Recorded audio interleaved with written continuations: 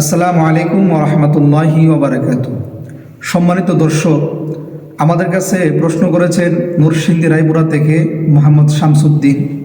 ভাইয়ের প্রশ্নটি হলো যে কবরের সামনে হাত তুলে দোয়া করার বিধান কি, তা জায়েজ আছে কি না? হ্যাঁ, অবশ্যই কবরের সামনে দুই হাত উত্তোলন করে দোয়া করা হাদিস দ্বারা প্রমাণিত। কারণ আমরা যে ফাথুল বাড়িতে খেয়াল করি, ওইখানে আব্দুল্লাহ মাসউদ রাদিয়াল্লাহু তাআলা আনহু থেকে বর্ণিত যে আব্দুল্লাহ ইবনে নাজদাইন উনার যখন দাফনের কাজ শেষ করলেন, তখন আল্লাহ রাসূল সাল্লাল্লাহু আলাইহি ওয়াসাল্লাম ওইখানে দাঁড়িয়ে কিবলার দিকে মুখ করে হাত উত্তোলন করে দোয়া করেছেন।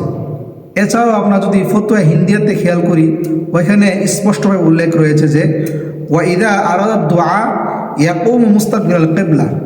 ফতোয়া হিন্দিতে রয়েছে যে যখন কবরের সামনে কোনো ব্যক্তি দোয়া করার নিয়ত করবে, তখন সে যেন সরাসরি কবরের দিকে না দাঁড়িয়ে সে যেন কেবলামুখী হয়ে দাঁড়ায়। তাহলে আমরা এই হাদিস থেকে এবং ফতোয়া হিন্দিয়ার এবারত থেকে বুঝতে পারলাম কবরের সামনে হাত তুলে দোয়া করা এটা শরীর সম্মত।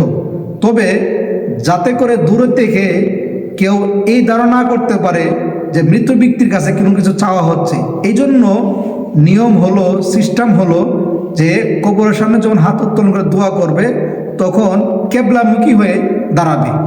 আশা করি মাসলাটি বুঝে আসছে। আল্লাহ পাক আমাদের সবাইকে হক্কানি আলেম থেকে সঠিক মাসলা জেনে বুঝে আমল করার তৌফিক দান করুন। আমিন।